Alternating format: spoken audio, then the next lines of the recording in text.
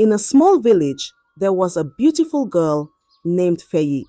She was the only child of her parents, and everyone said she was as gentle as the morning breeze. Fei was not only kind, but also very smart. She loved going to school, and every year she came home with a big prize because she was the best student. The whole village was proud of her, and her parents smiled wide when they saw her with her prizes. But Fei's life took a drastic turn when she became an adult. A set of coppers, Wale, Kunle, Dayo, and Femi, came into the village for their service. What started as a mere friendship between them and Fei ended on the bed as they forcefully took advantage of her, all of them at once. But they didn't realize Fei was no ordinary girl. And what happened next? No one saw it coming. You see, Fei had a big dream. She would always say, "Mama, Papa, I want to be a banker when I grow up. I want to go to the city and wear fine clothes and work in a tall building with many people." Her parents would nod and say, "Yes, my child, you will be great one day. Keep studying and all your dreams will come true." Fei's life was bright and full of hope. She believed that nothing could stop her from becoming the banker she always wanted to be. But what no one knew was that her bright and happy life was about to change, and nothing would be the same again. One sunny day, while Fei sat outside dreaming about her future in the big city, something terrible happened. Her parents went to the next village for a short visit, but on their way back, there was a terrible accident. Fei's parents didn't make it. Just like that, her whole world came crashing down. When the news reached the village, everyone was shocked. The people gathered, and the village held a proper burial for Fei's parents. There was singing, there were prayers, and everyone came to support her. But none of it could heal Fei's broken heart. She cried every day, and the pain was so deep that she couldn't even think of school anymore. Before, Fei was always the brightest in her class. Now, she could barely pay attention.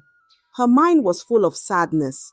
Sometimes, she just sat there, staring at her books, but seeing nothing. The teachers saw her pain and didn't scold her. They knew what had happened and didn't want to make things harder for her. But Fei didn't know how to go on. Her dreams of becoming a banker seemed to vanish. Life felt empty, and her heart was filled with sorrow. What Fei didn't realize was that her struggles were just beginning, because soon she'll get herself in the adult life she didn't plan. Fei managed to move on to secondary school, but things weren't the same anymore. Her grades were no longer good. The girl who used to be the best in class was now struggling. Fei didn't want to go to school at all, but in her village, every child had to go to school. If she stopped, it would bring shame to her family, even though they were no longer there to guide her. Every day, Fei felt sad.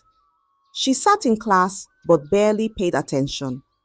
Her books looked blurry through her teary eyes. Sometimes, she would sit quietly in a corner, crying all alone. She missed her parents so much, and the dreams of becoming a banker seemed far away, like a balloon floating out of reach.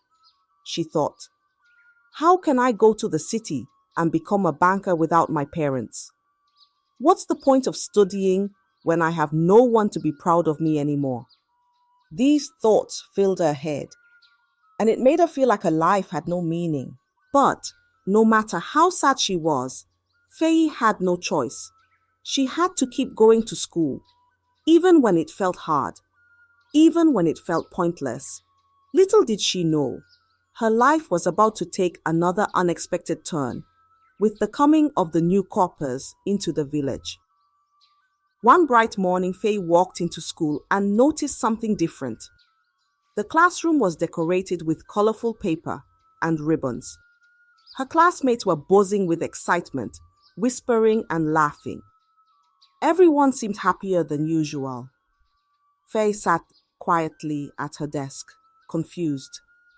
She didn't understand what was happening. Suddenly, one of her friends whispered, "Didn't you hear? The old teachers are leaving, and new teachers, youth corps members, are coming to teach us." The whole class was excited because the corps members were young and lively, not like the old, strict teachers they had before. The students couldn't wait to meet them. When the corps members arrived, they were full of energy, smiling and asking lots of questions. They made learning fun, and the other students were eager to answer their questions. Everyone wanted to be noticed by the new teachers, raising their hands high and shouting out answers. But Faye didn't join in the excitement. She stayed quiet, lost in her own thoughts. Her mind was still heavy with sadness, and no matter how cheerful the new corps members were, it didn't change how she felt inside. While her classmates laughed and enjoyed the new teachers, Faye just stared at her books, distant from it all. Yet, something was about to happen that would draw the attention of one of the corps members to Faye. Something that would change everything for her. Corporal Wale was one of the new teachers, and he was assigned to Faye's class. He was young, full of energy, and always smiling. Every day, he taught the students with excitement, making them eager to learn. But soon, he noticed something different about Faye. She was always quiet, never raising her hand, never answering questions. While other students were full of life, Faye sat in silence, staring at her books with empty eyes. One day, Corporal Wale decided to call on Faye. He asked her a simple question during class, but Faye couldn't answer. Her mind went blank, and she just sat there, frozen. The class erupted in laughter. One of the students shouted, "She's the dullest in the class!" The laughter grew louder, and Faye's face turned red with embarrassment. Tears welled up in her eyes, and before she could stop them, she burst into tears. Corporal Wale immediately felt bad for her. He quieted the class and let Faye be.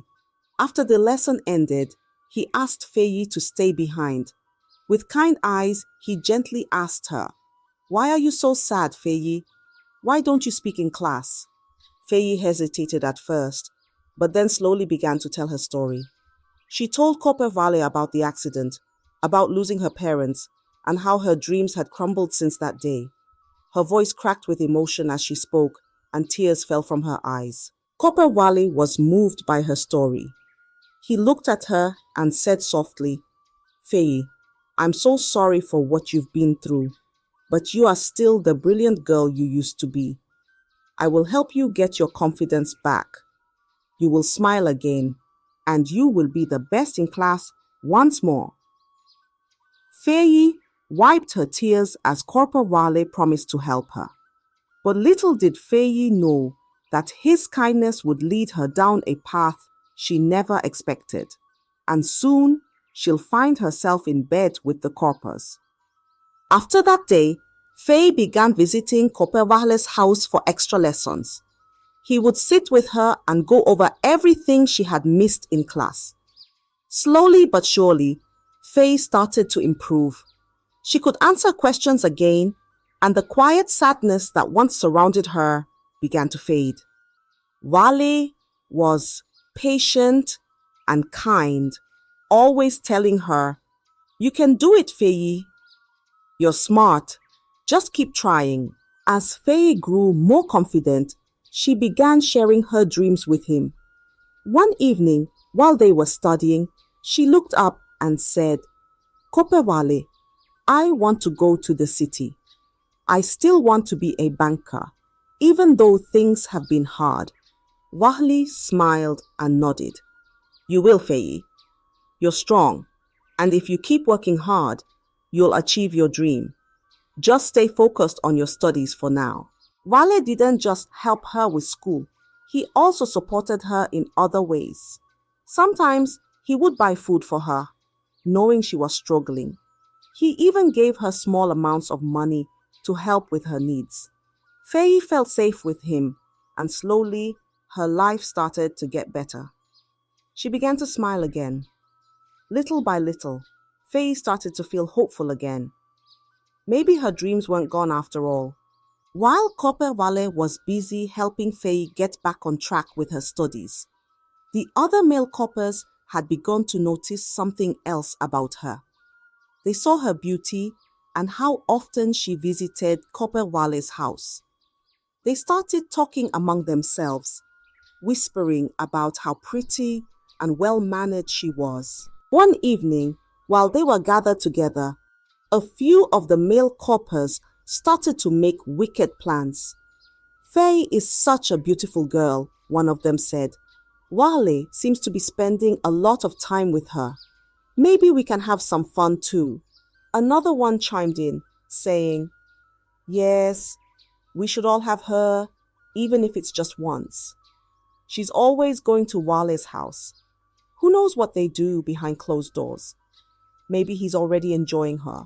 With those words, they decided to approach Copper Wale. They found him outside his house later that evening, and one of them said, Wale, we see you with that girl Faye all the time. She's beautiful and she's always coming to your place. Why don't you share her with us? We want to have a taste, even if it's just once. Copper Vale was shocked. His face turned red with anger as he looked at them. What are you saying? He asked, his voice rising. Faye is just a student and she's going through a lot. She comes here to study, nothing more. But the other coppers didn't believe him. They laughed and teased him, saying, oh, come on, Wale. We know you're pretending. Why else would she come to your place so often? We just want a turn. Don't act like you're innocent. Copper Wale clenched his fist and took a deep breath. I said no, he shouted, his voice filled with fury. You will leave that girl alone. She's been through enough already, and I will not let you harm her. The other coppers sneered at him. They thought he was lying, that he was secretly enjoying Faye's company and didn't want to share. But the truth was, Copper Wale wasn't like them. He truly cared for Faye and saw her as a little sister who needed guidance and protection, especially after all she had been through. As the other coppers walked away, still laughing and mocking him, Copper Wale's heart grew heavy. He knew these men were dangerous, and he worried about what they might try to do. He wanted to protect Faye, but he didn't know how long he could keep the evil plans of the other coppers at bay. From that moment on, Copper Wale kept an even closer watch on Faye. But little did he know that trouble was already on its way. The other coppers weren't ready to give up on their dark plans. They had set their minds on Faye, and they wouldn't stop until they got what they wanted. One quiet afternoon, Faye went to Copper Wale's house for her usual lesson. She had her books with her, hoping to learn something new. When she knocked on the door, Wale wasn't there. Instead, his friends, the other male coppers, answered the door. They smiled at her, pretending to be kind, and said, Wale has gone out to buy something. Why don't you come inside and wait for him? Faye trusted them. After all, they were his friends, and she believed they would treat her with the same kindness Wale always showed her. She stepped inside the house, thinking nothing was wrong. The moment she sat down, everything changed. The men, Kunle, Femi, and Dayo, came into the room, closing the door behind them. They surrounded her, their smiles fading into something dark and wicked. Before Faye could understand what was happening, they grabbed her. She tried to scream, but her voice was trapped in her throat.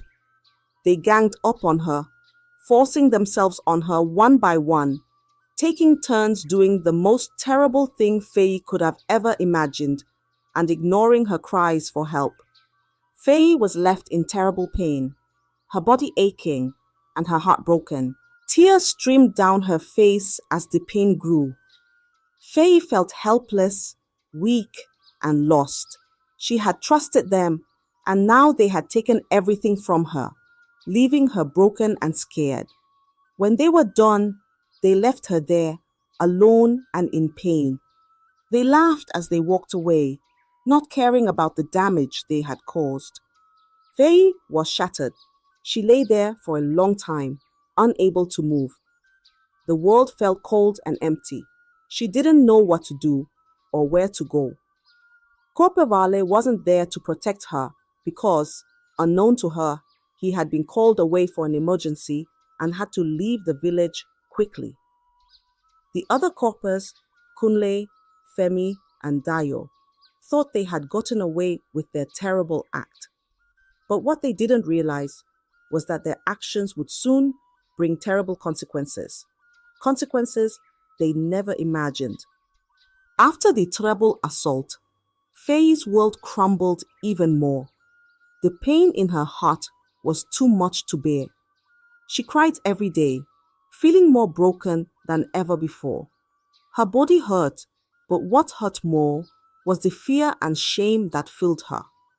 Faye didn't know how to go on, and the sorrow she felt made her even quieter than before. But as Faye suffered in silence, something even worse began to happen. The village started buzzing with gossip. Some girls who had always been jealous of Faye, especially because of how close she was to Copper Wale, started spreading rumors. They whispered, "Faye has been sleeping with all the male coppers. That's why she's always going to their house." The rumor spread like wildfire. Soon, everyone in the village was talking about Faye.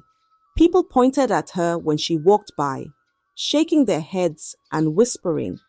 They believed the lies, thinking she was no longer the good, smart girl they once admired. Faye felt the shame like a heavy weight pressing down on her. She couldn't handle the way people looked at her, the whispers behind her back. Unable to bear the pain and humiliation any longer, Faye made a decision. She packed her things, left her home, and ran away from the village. She didn't know where she was going, but she knew she couldn't stay there.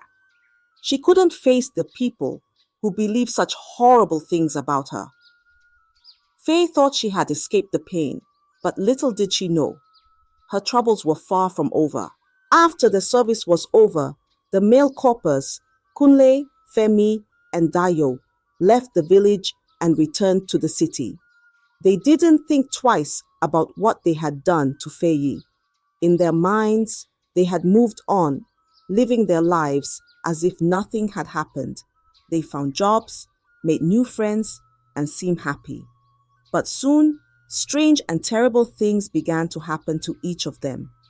Kunle was the first to face misfortune. He had just started a good job and was feeling proud of himself. But out of nowhere, he was fired. His boss gave no reason, just told him to leave. Kunle was shocked and confused. Why me? He thought, but he couldn't find any answers.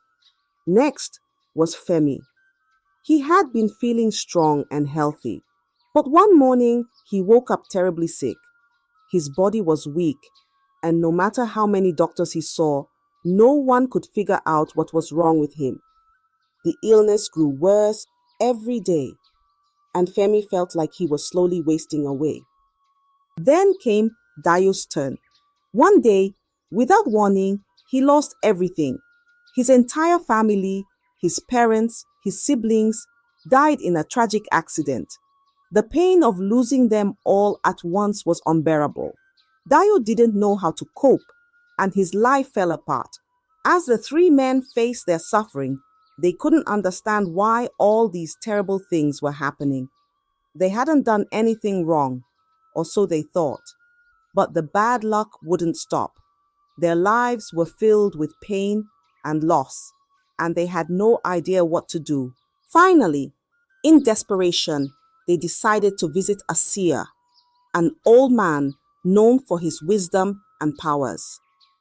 When they arrived at his hut, they told him about their troubles and asked, "Why is this happening to us?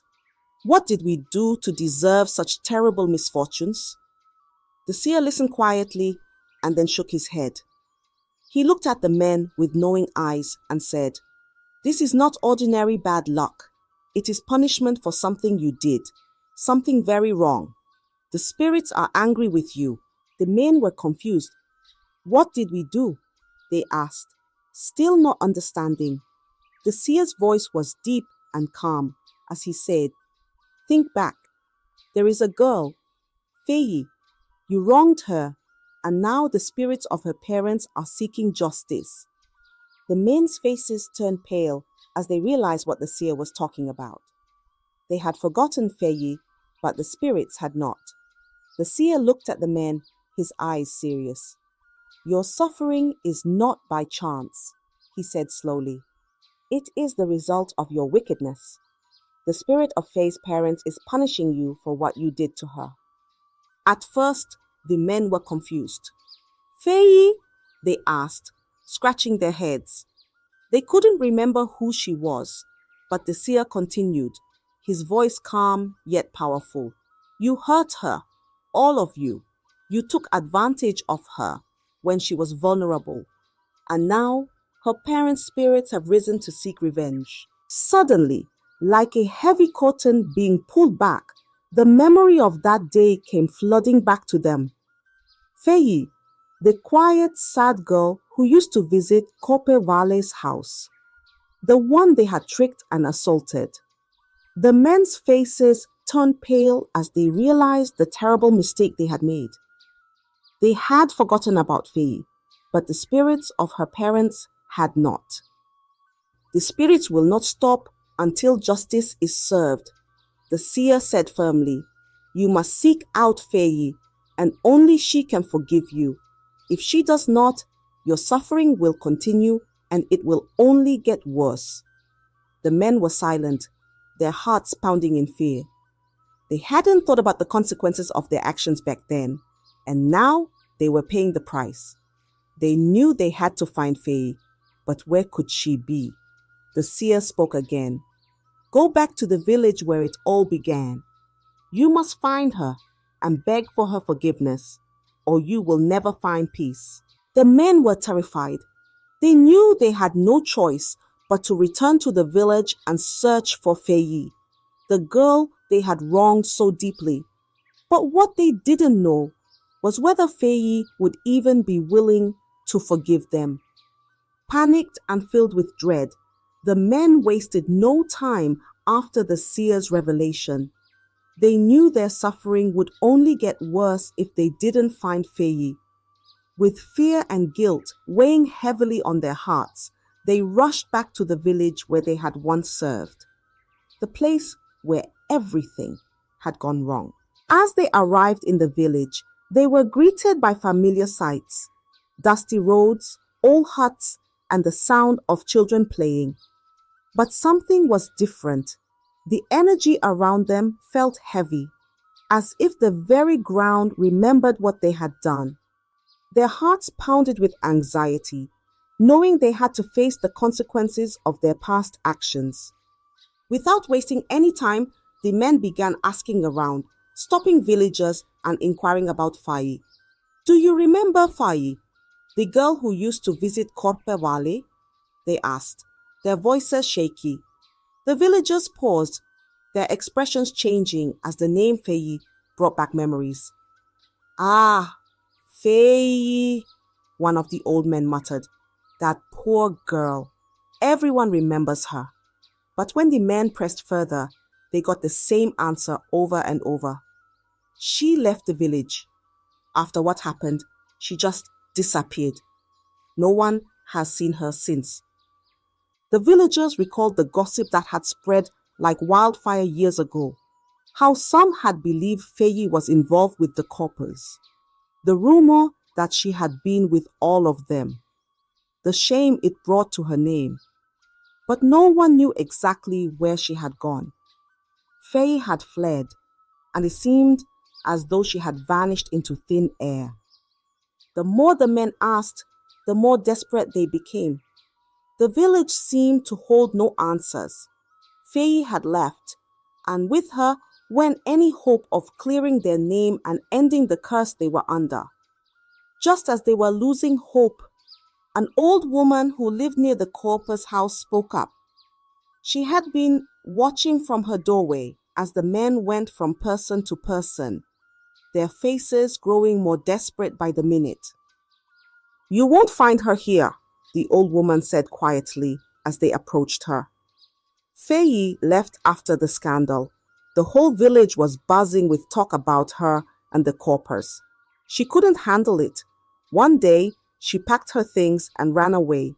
No one has seen or heard from her since. The men's faces fell. The guilt in their hearts became even heavier. They had hoped that coming back to the village would be the first step in setting things right. But it seemed that Faye was gone, lost to them forever. "Do you know where she might have gone?" Dio asked, his voice trembling with regret. The old woman shook her head slowly. She didn't tell anyone. She just vanished, like a shadow in the night. Heartbroken, the men had no choice but to leave the village empty-handed. They returned to the seer, their faces pale and their spirits broken. When they explained what had happened, the seer shook his head, his expression stern. "You cannot give up," the seer told them. "The spirits will not rest until Faye forgives you. If she is not in the village, you must look elsewhere."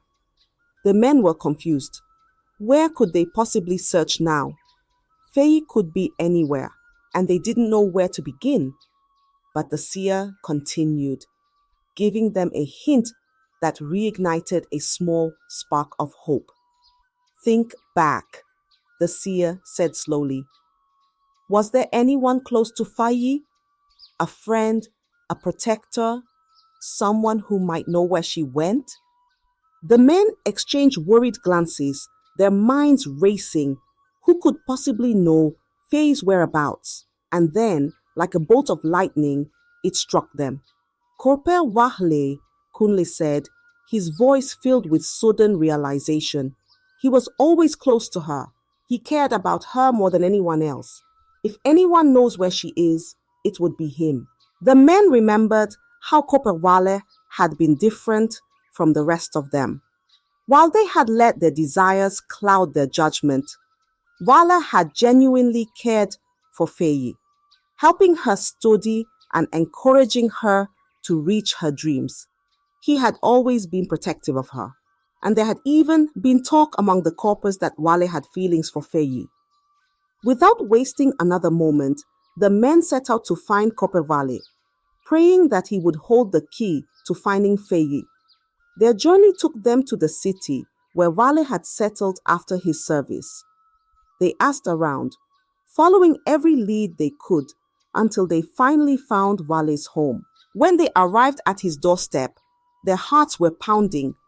They knocked on the door, and after a few moments, Corporal Wahle appeared. His face was older now, but the men immediately recognized him. Wahle looked surprised to see them, but before he could say a word, the men fell to their knees. "Please, Wahle, you must help us," Kunle begged, his voice breaking with emotion. "We did something terrible, something unforgivable. We need to find Faye and beg for her forgiveness, or our lives are doomed." Wale's face darkened as he listened to their words. He had always suspected something had happened to Faye, but hearing it from them filled him with anger and sadness. "You hurt her," Wahle said quietly, his voice heavy with disappointment. "You hurt Faye when she trusted you." The men bowed their heads in shame, tears welling up in their eyes. "We know, Wahle," Femi said, his voice shaky. "We have been suffering for it ever since. Please, if you know where she is, help us." We'll do anything to make it right." For a moment, Wale stood in silence, his eyes filled with a mix of anger and pity. Then he sighed deeply. "Come inside. There's something you need to see." As the men followed Wale into his home, they couldn't believe what they saw next. Sitting quietly in a corner, heavily pregnant and with a calm but distant look in her eyes, was Faye. The men couldn't find their voices. Guilt and shame wrapped around them like chains. Corporal Wale's face darkened with anger as he realized what had happened. He had suspected something was wrong when Faye disappeared, but he never imagined that his own friends had been the ones to hurt her. His voice was low but filled with fury as he turned to them. You did this to her?" The men, already broken by the suffering they had faced, dropped to their knees in front of Wale and Faye. Tears streamed down their faces as they begged for mercy. "We didn't know it would come to this," Wale Kunle sobbed. "We've been cursed ever since. Everything has gone wrong, and the seer told us only Faye can forgive us. Please, we need her to end this torment." Faye remained silent, her eyes fixed on the floor. The men's pleas filled the room, but she said nothing. Finally, she looked up, her voice cold and sharp. "You think you deserve forgiveness after what you did to me? You ruined my life, took away my peace, and now you come here asking for mercy?" The room fell into a heavy silence. The men's hearts sank deeper.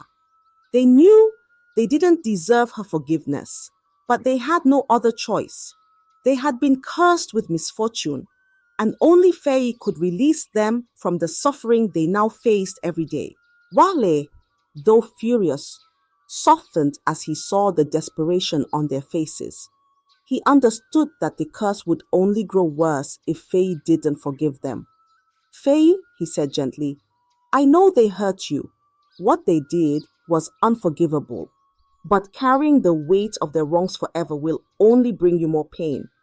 Letting go will give you peace." Faye's hands tightened around her belly as she thought about Wahle's words. She had carried her pain for so long, pain that had made her run, hide, and change her life forever. The thought of forgiving them felt impossible. But Wahle was right. Holding on to the hurt had weighed her down, and she had a child to think about now. After what seemed like forever, Faye finally spoke, her voice steady but firm. "I will forgive you," she said, her eyes locking onto the men. "But there is a price." The men looked up, hope flickering in their tear-filled eyes. "Anything," Femi whispered. "We will accept anything." Faye's expression was cold as she continued. "I forgive you, but none of you will ever be able to have children. That is the price for your forgiveness. You will never know what it feels like to be a parent, to care for a child. Just like you took away my peace and my future." The men nodded, tears falling freely as they accepted her condition. They had no other choice. "Thank you," Kunle said, his voice cracking. "Thank you for sparing us." Wale stood beside Faye, his heart heavy with the weight of what had happened, but relieved that Faye had chosen to move forward. The men left his home, their hearts filled with regret and sorrow. Though they had been forgiven, the consequences of their actions would stay with them forever. In the months that followed, Faye gave birth to a beautiful baby with Wahle by her side, supporting her every step of the way. With his help, Faye returned to school, determined to fulfill her dream of becoming a banker. She worked hard, and despite everything she had been through, Faye succeeded. She became the banker she had always dreamed of being, and finally, after years of pain and struggle, she found happiness. Wahle remained by her side, and together they built a life filled with love, hope, and the promise of a brighter future. Though the past had scarred her, Faye rose above it, proving to herself and the world that she was stronger than the pain she had endured. And as for the men, they lived their lives with the knowledge that their actions had cost them dearly. They would never know the joy of having children, and that was a burden they would carry forever, a reminder of the price of their wickedness. I hope you enjoyed the story. If so, please like the video, comment what you learned from the tale, and don't forget to subscribe to the channel for more enchanting tales just like this one. Thank you.